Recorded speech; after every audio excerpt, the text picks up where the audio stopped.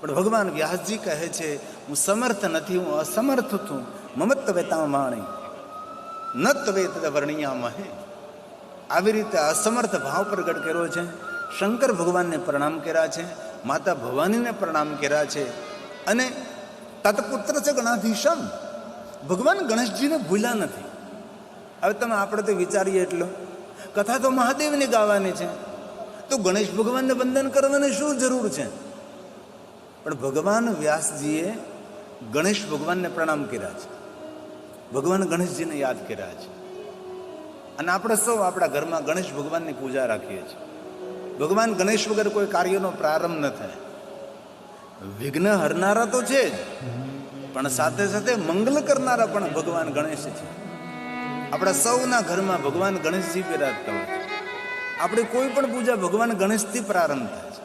અમારા આચાર્યો, અમારા વિદ્વાન બ્રાહ્મણો કોઈ પણ પૂજાનો પ્રારંભ કરાવે એ પહેલા ભગવાન ગણેશજીને યાદ કરે. આ શિવકથા પ્રારંભ થવાની છે તો પણ ભગવાન વ્યાસજી ગણેશ ભગવાનને નથી ભૂલ્યા.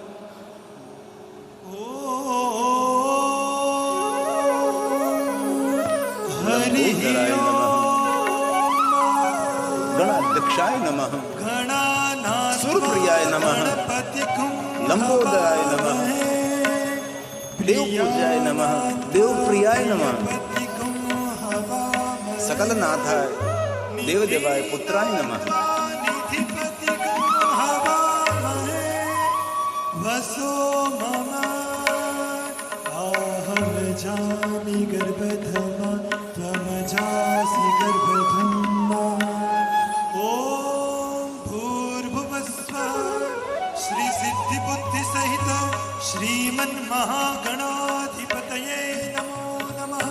નમસ્કારો નમસ્કારો. વિઘ્ન હરતા તો છે પણ મંગલ કરતા છે. આપણે રોજ બોલતા હોય છે વિઘ્નેશ્વરાય વરદાય. દરેક વરદાન આપણને સામર્થ્ય ધરાવે છે. જેટલા વરદાન મહાદેવજી આપી શકે એટલા જ વરદાનો ગણેશ ભગવાન પણ આપી શકે છે. આવું ગણેશ ભગવાનનું સામર્થ્ય છે. વિઘ્નોને હરનારા છે, મંગલ કરનારા છે, સુરપ્રિય, દેવતાઓને બહુ જ વાલા છે. લંબોદરાય, જેમનું ઉદર બહુ મોટું છે, પેટ મોટું છે. સકલનાથ, જગત ઉપર જેનો જયજયકાર છે. નાગાનનાય, હાથીનું જેને મસ્તક ધારણ કર્યું છે. શ્રુતિ જેનો મહિમા ગાય છે. વિભૂષિતાય, ગૌરી પુત્ર છે એવા ભગવાન ગણેશજી, અમે તમને પગે લાગીએ છીએ કે અમે જે કાંઈ કાર્યો કરીએ છીએ એમાં વિઘ્ન હરતા છો ને મંગલ કરતા છો એવા ભગવાન ગણેશ, અમે તમને પગે લાગીએ છીએ. ગણેશ ભગવાનને રોજ યાદ કરો. ઘરથી બહાર નીકળીએ પહેલા ભગવાન ગણેશને પગે લાગો. અને આપણા સૌના ઘરમાં ભગવાન ગણેશ તો બિરાજતા જ હોય છે. કદાચ અન્ય દેવતાઓની પ્રતિમા, તેનું વિગ્રહ મૂર્તિ સ્વરૂપ ન હોય, પણ ગણેશ ભગવાન તો હોય જ. અને બ્રહ્મ મુહૂર્તમાં આંખ ખુલે એટલે ગણેશ ભગવાનનું સ્મરણ કરવું. દિવસના બધા વિઘ્નોનો તે હરી લે, પણ આપણા સૌનું મંગલ કરનાર ભગવાન ગણેશ છે. અને આ આપણને સૌને કંઠસ્થ છે, આપણે સૌને આવડતો હોય છે. થોડું થોડું સાથે બોલવાનો પ્રયાસ કરીએ. આપણી સુમધુર વાણી વાયુમંડળમાં મિશ્રિત થાય. પિંડારક તીર્થની અંદર આપણી પણ વાણી એ પાવન બને. તેથી સાથે સાથે થોડું થોડું ગાઈએ. આપણે આઈએ ભાવ સે આદર કે સાથ. વિઘ્નેશ્વરાય વરદાય સુરપ્રિયાય લંબોદરાય સકલાય જગદપિતાય નાગાનનાય શ્રુતિ અગ્ન વિભૂષિતાય ગૌરી સુતાય ગણનાથ નમો નમસ્તે. ગૌરી સુતાય ગણનાથ નમો નમસ્તે. મારા યુવાન ભાઈઓ બહેનો જે ભણેલા છે એને એક મારી પ્રાર્થના છે, રોજ દ્વાદશ ગણેશ સ્તોત્રનો પાઠ કરવો. શ્રી નારદ પુરાણે સંકટ નાશનમ ગણપતિ સ્તોત્રમ. બધી જ કામનાઓની પૂર્તિ કરનારો આ ગણેશ સ્તોત્ર છે. પ્રણમ્યામ શીર્ષાદેવ ગૌરી પુત્ર વિનાયકમ ભક્તવાસન સમર નિત્યમાયુ કામાર્થ સિદ્ધિએ પ્રથમમ વક્રતુંડ ચ એકદંતમ ચ દ્વિતીયકમ. આવી રીતે ક્રમશઃ દ્વાદશ ગણેશજીના નામ છે. દ્વાદશ ગણેશ રોજ આ બોલવાથી શું તો કે વિદ્યાર્થી લભતે વિદ્યા, ધનાર્થી લભતે ધનમ, પુત્રાંથી લભતે પુત્રાન, મોક્ષાંથી લભતે ગતિમ. જે કોઈ આ સ્તોત્રનો પાઠ કરે છે એનો ખૂબ મહિમા છે. તેથી ભણેલા દીકરા દીકરીઓ છે અથવા જેની પાસે અક્ષર જ્ઞાન છે, જેમને વાંચતા આવડે છે, તેમને રોજ આ ગણેશ સ્તોત્રનો પાઠ કરો. સંકટ નાશન ગણેશ સ્તોત્ર દરેક સંકટોમાંથી મુક્ત કરનારો સ્તોત્ર છે. બહુ મોટું નથી. આમ જુઓ કેટલો સુંદર સમન્વય. દ્વાદશ જ્યોતિર્લિંગો, આપણા 12 જ્યોતિર્લિંગ, દ્વાદશ જ્યોતિર્લિંગ સ્તોત્રમ, એની સામે દ્વાદશ ગણેશ સ્તોત્રમ. આ કેટલો સુંદર મજાનો બાપ અને દીકરાનો સામ્ય ધરાવે છે. પ્રણમ્યામ શીર્ષા દેવ ગૌરી પુત્ર વિનાયક શ્લોકાત્મક. પ્રણમ્યં શીર્ષા દેવં ગૌરી પુત્ર વિનાયકં. કેટલી સુંદર વાત છે. ભક્તાવાસં સ્મરે નિત્યં આયુ કામાર્થ સિદ્ધયે. આયુ કામાર્થ સિદ્ધિ, આયુની વૃદ્ધિ કરે, કામનાઓની પૂર્તિ કરે છે. આવું સુંદર સ્તોત્ર છે આ. તેથી મારા યુવાન ભાઈઓ બહેનોને મારી હૃદયથી પ્રાર્થના, ભલે બીજા બધા સ્તોત્ર થાય તો વધારે સારું, પણ વિશેષ કરીને આ સ્તોત્રનો પાઠ કરો. પ્રથમમ વક્રતુંડ, પ્રથમં વક્રતુંડં ચ એકદં દ્વિતીયકં તૃતીયમ તૃતીયં કૃષ્ણપિંગલાક્ષં ગજવક્ત્રં ચતુર્થકમ લંબોદરં પંચમં ચ ષષ્ઠં વિકટમેવ ચ સપ્તમં વિઘ્નરાજં ચ ધૂમ્રવર્ણ તથાષ્ટકમ નવમં બાલચંદ્રમ ચ દશમં તુ વિનાયકમ એકાદશં ગણપતિં દ્વાદશં તુ ગજાનનં. અને 3 સમય પાછો કરવાનું કહ્યું. આ 3 સમય આ સ્તોત્ર સવારમાં પણ બોલવાનું, બપોરે પણ બોલવાનું અને સાંજે પણ બોલવાનું. ત્રિસંધે પટેન નર. 3 સમય જે સ્તોત્રનું આ ગાયન કરે છે એની બધી જ કામનાઓ ગણેશજી પૂર્ણ કરે છે. તેથી મારા યુવાન દીકરા દીકરીઓને હૃદયપૂર્વકની મને પ્રાર્થના છે, જે ભણેલા છે એ સૌ આ પ્રેરિત થાય. તમે જોજો 6 મહિના કરશો ને ત્યાં તમારા જીવનમાં કાંઈક નવું દેખાવા લાગશે, કાંઈ સારું દેખાવા લાગશે. એટલો મહિમા ઇતિશ્રી નારદ પુરાણે સંકટનાશન સ્તોત્રમ, એનો મહિમા એટલો બધો છે, અદ્ભુત મહિમા છે. તો ભગવાન વ્યાસજીએ ગણેશ ભગવાનને પ્રણામ કર્યા છે, માતા ભવાનીને પ્રણામ કર્યા છે, ભગવાન શંકરજીની વંદના કરી છે. અને હવે શિવ મહાપણ કથાનો પ્રારંભ થાય છે. ઘણા ભાઈઓ બહેનોને એવું થતું છે ક્યારે આ કથાનો પ્રારંભ કરશે. એક ધારું કીધે રાખે હવે કથાનો પ્રારંભ થાય, હવે કથાનો પ્રારંભ થાય, હવે કથાનો પ્રારંભ થાય. પણ કથાના ધીરે ધીરે દ્વાર ખુલે. આપણે કોઈના ઘરે જઈએ તો પહેલાં ડેલો ખોલે એટલે ફળિયામાં આવીએ, પછી તેને ઓસરીમાં જઈએ, પછી ઓરડો ખોલે તો કબાડ ખોટેના ઘરની અંદર બેઠક રૂમમાં જઈએ. એમ કથાની અંદર ધીરે ધીરે પ્રવેશ થતો હોય છે. ભગવાન મહર્ષિ વેદવ્યાસજી પ્રયાગ તીર્થમાં કથાનું શ્રવણ કરનારા શૌનકાદિ મહાત્માઓના મુખમાં શબ્દો મૂકે છે અને સુંદર સૂત પુરાણીનું સંબોધન થાય છે. સૂત પુરાણી જેને મહાભાગ્યવાન કહે છે અને ચિરંજીવો સુખી ભવે. કથા સાંભળનાર જે મહાત્માઓ છે એ બધાએ કથા કહેનાર સૂત પુરાણીને આશીર્વાદ આપે છે. આમ જો તમે આ શિવ મહાપણમાં કેવી રચના છે, કથા કહેનારા આશીર્વાદ નથી આપતા, કથા સાંભળનારા આશીર્વાદ આપે છે. જે મહાત્માઓ જ્ઞાની છે, વૈરાગી છે, તપસ્વી છે, મહાદેવના ભક્ત છે, દરેક ઋષિઓના ભાલમાં ભસ્મનું ત્રિપુંડ છે, દરેક ઋષિઓના અંગ પર રુદ્રાક્ષ છે અને સૌના મુખમાં પંચાક્ષર મંત્રનો મહિમા ગૂંજે છે. આમાં બધા જ ઋષિઓ કથાનું શ્રવણ કરી રહ્યા છે અને કથા કહેનાર ભગવાન મહર્ષિ વેદવ્યાસના સદ શિષ્ય સૂત પુરાણીને આશીર્વાદ આપે છે.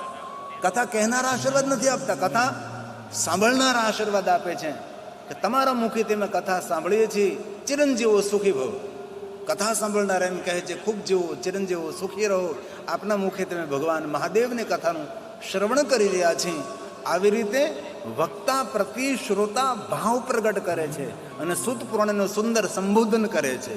સૂત સૂત મહાભાગ ચિરંજીવ સુખી ભવ યસ્રા વયસી નસ્તાત શંકરો પરમા કથા શંકરો પરમા કથા. મહાત્માઓએ કહ્યું સૂત પુરાણીને, સૌને શાંતિ આપનારી ભગવાન મહાદેવને કથા કહો. શાંકરો પરમામ કથા. આપણને કોઈ પૂછે કે કથા તમને શું આપે, તો તેનો જવાબ આપ્યો કે કથા શાંતિ આપે. શાંકરો પરમામ કથા. અને બહુ હૃદયથી કહું છું, શાંતિ મહાદેવ આપે. મહાદેવ વગર કોણ શાંતિ આપે? ખુદ શાંત રહેનારા દેવ છે, સૌને શાંતિનું દાન કરનારા દેવ છે. વિષ્ણુ ભગવાને નારદજીને કહ્યું કે નારદજી, તમારે શાંતિ જોતી હોય તો શિવનું ભજન કરો. જપો જાય શંકર સતનામા, સીધી તો વાત છે. તેથી ક્યારેય તમને કોઈ પૂછે કે મહાદેવ શું આપે, મહાદેવ શાંતિ આપે. આજના માણસ પાસે બધું છે પણ શાંતિ નથી, દોડતો રહે છે, ભાગતો રહે છે. તેથી ભગવાન શિવજી શાંતિ આપે છે. અને આ સ્વયં શ્રી હરિ વિષ્ણુ ભગવાને નારદજીને કહ્યું હતું, રામચરિત માનસ.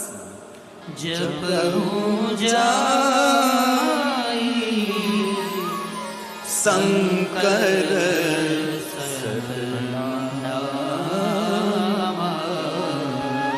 કેટલી સુંદર વાત કરી છે. રામચરિત માનસ તુલસીની કલમ કમાલ કરે. નારદજી, તમે મહાદેવનું ભજન કરો, તમને શાંતિ મળશે. અને બહુ હૃદયથી કહું છું, શિવજીનું ભજન કરનારા માણસોના જીવનમાં અદ્ભુત શાંતિ હોય છે. પોતે સ્વયં પણ શાંત હોય છે, તેની આસપાસ આપણે જઈએ તો પણ શાંતિની અનુભૂતિ થતી હોય છે. આ મહાદેવના ભક્તોનું શ્રેષ્ઠ લક્ષણ છે. મહાદેવના ભક્તોમાં ઉછળકૂદ ન હોય, મહાદેવના ભક્તોમાં ઉપદ્રવ ન હોય, મહાદેવના ભક્તોમાં દેખાડો ન હોય. મહાદેવના ભક્તોના લક્ષણો કયા? તો કે પહેલું લક્ષણ, મહાદેવનો ભક્ત શાંત રહેતો હોય છે. મહાદેવના ભક્તોમાં કોઈ ઉપદ્રવ ન હોય, કોઈ ઉછલકૂદ ન હોય. એ શિવ ભક્તોના લક્ષણ છે. તેથી ભગવાન શિવજી શાંતિના દાતા છે.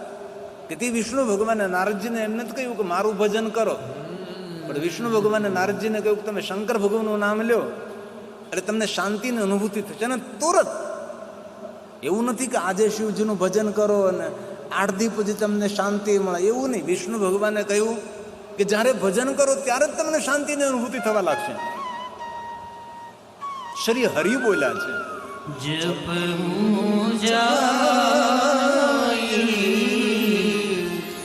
શંકર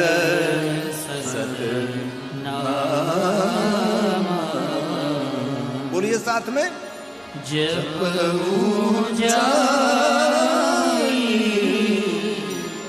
શંકર સતનામ તો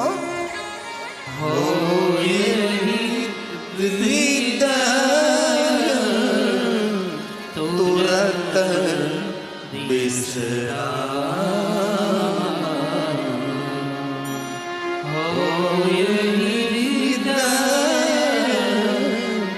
તુરત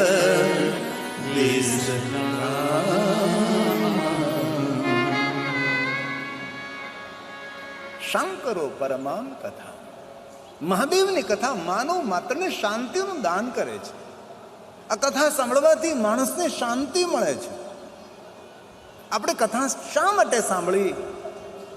શાંતિ માટે સાંભળી છે. તેથી મહાત્માઓએ સૂત પુરાણને કહ્યું છે, સૌને શાંતિનું દાન કરનારી ભગવાન શંકરજીની કથા કહો. શાંત રહેનારો દેવ છે. આપણે રોજ બોલતા હોય શાંતાકારમ શિખર શયનમ. કેવા ભગવાન શિવ છે? શાંત રહેનારા છે. તમે પૂર્ણ મહાદેવનું ચરિત્ર જુઓ. ભગવાન શિવજીના જીવનમાં કોઈ જગ્યાએ ઉછળકૂદ નથી. જે ભ્રુકુટી માત્રથી જગતનું સર્જન કરનારો દેવ છે, જેમની ભ્રુકુટી માત્રથી જગતનું સંચાલન થઈ રહ્યું છે, જેમની ભ્રુકુટી માત્રથી જગતને સંકેલી શકે છે, આવા પરમપિતા ભગવાન શિવજી કેટલા શાંત રહે છે. આપણે શિવજી પાસેથી શું શીખવાનું છે? તો કે શાંત રહેવાનું શીખવાનું છે. કોઈ ઉપદ્રવ નહીં. ભગવાન શિવજી શાંતિના દાતા છે. તેથી આપણે રોજ બોલીએ છીએ શાંતાકારમ શિખર શયનમ. શાંત સ્વરૂપ છે, શિખર શયનમ. અને મહાદેવ એક દેવ એવા છે કે દરેક ક્ષેત્રમાં શિખરસ્થ છે મહાદેવ. તમે જુઓ જરા, ધ્યાન માર્ગમાં શિવજી શિખરસ્થ છે. ભગવાન શિવજીને કોઈ ઓવરટેક ન કરી શકે. મહાદેવથી કોઈ આગળ ન જઈ શકે. ધ્યાન માર્ગમાં, તપ માર્ગમાં મહાદેવથી કોઈ આગળ ન જઈ શકે. તપ માર્ગમાં ભગવાન શિવજી શિખરસ્થ છે. વૈરાગ્યમાં શિખરસ્થ છે. ઉદારતામાં શિખરસ્થ છે. જ્ઞાનમાં શિખરસ્થ છે. વિદ્યામાં શિખરસ્થ છે. અને સાંસારિક પારિવારિક કુટુંબ પરિવારમાં શિવજી શિખરસ્થ છે. કોઈ પણ ક્ષેત્રમાં, કોઈ પણ દ્રષ્ટિથી, કોઈ પણ દિશામાંથી શિવજીને દેખો, શિવજી શિખરસ્થ છે. અત્યાર સુધીમાં ભગવાન મહાદેવને કોઈ ઓવરટેક કરી શકે, એને આગળ જઈ શકે એવું બન્યું નથી. કોઈ પણ ક્ષેત્રમાં શિવજી શિખરસ્થ છે. આવા ભગવાન મહાદેવ છે. અને શાંતિનું દાન કરનારા શિવ છે. વક્તવ્યમાં પણ શિવજી શિખરસ્થ. મહાદેવ જેવી કથા કોણ કહે? અત્ર વક્તા મહાદેવો લગે કહન હરિકથા રસાલા. શિવજી જેવા કોઈ વક્તા નહીં અને શિવજી જેવા કોઈ શ્રોતા પણ નહીં. સુની મહેશ પરમ સુખ માની. કોઈ પણ ક્ષેત્રમાં શિવજીને તમે જો જુઓ તો શિવજી હંમેશા શિખરસ્થ રહ્યા છે. એવા ભગવાન મહાદેવ છે, જે શાંતિનું દાન કરનારા છે, જે શાંતિ આપનારા છે. તેથી આપણે રોજ બોલતા હોઈએ છીએ શાંતાકારમ શિખર શયનમ નીલકંઠમ સુરેશમ. જેનો કંઠ નીલવર્ણ છે. આપણે સૌ જાણીએ છીએ કે ભગવાન શિવજી કાલકુટ નામનું વિષ પીધું એટલે ભગવાન શિવજીનો કંઠ નીલવર્ણ થયો. અને ભગવાન મહાદેવના આપણે નીલકંઠ કહીએ છીએ, કાલકંઠ કહીએ છીએ, વિષકંઠ કહીએ છીએ. આવા ભગવાન શિવજીના અનેક નામો છે. કાળને પણ કૂટીને ભસ્મ કરી છે. આવું કાળકુટ નામનું વિષ ભગવાન શિવજીએ જગત હિત માટે કંઠમાં રાખ્યો છે. તેથી ભગવાન મહાદેવને આપણે નીલકંઠ કહીએ છીએ. શાંત રહેનારા છે.